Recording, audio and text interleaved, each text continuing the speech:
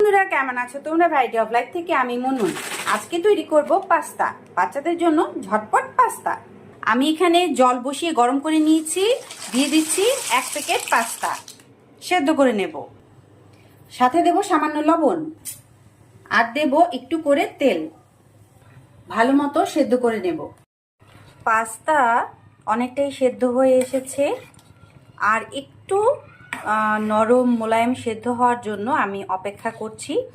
আমি আজকে শামুক পাস্তাটা নিয়েছি, তো আর একটু মোলায়েম সেদ্ধ হোক, তারপর মূল রান্নায় চলে যাব। পাস্তাটা একদম পুরোপুরি সেদ্ধ হয়ে গেছে।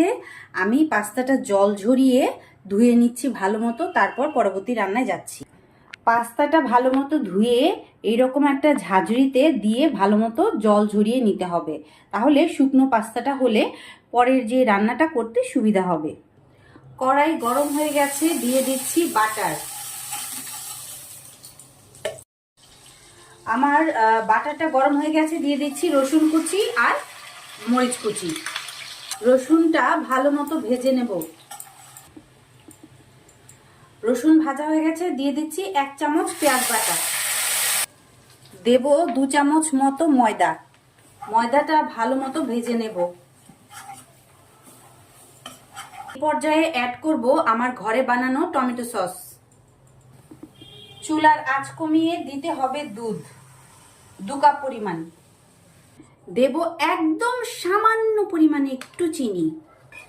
মিশ্রণটা ফুটে ওঠা পর্যন্ত ভালো মতো নেড়ে নেব। আমার হোয়াইট সসটা রেডি, এই যে দেখো, একদম রেডি। এই যে তোমাদের সামনে থেকে দেখাচ্ছি, হোয়াইট সসটা রেডি হয়ে গেছে। এখন পাস্তাটা দিয়ে দেব।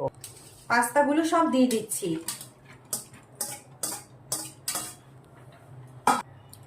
সসের সাথে পাস্তাটা ভালো মতো মিশিয়ে নেব, আর অবশ্যই লবণটা চেক করব। দেব চিলি ফ্লেক্স, দেব অরিগ্যানো, আর দিয়ে দেব কয়েকটা জ্যালাপেনো।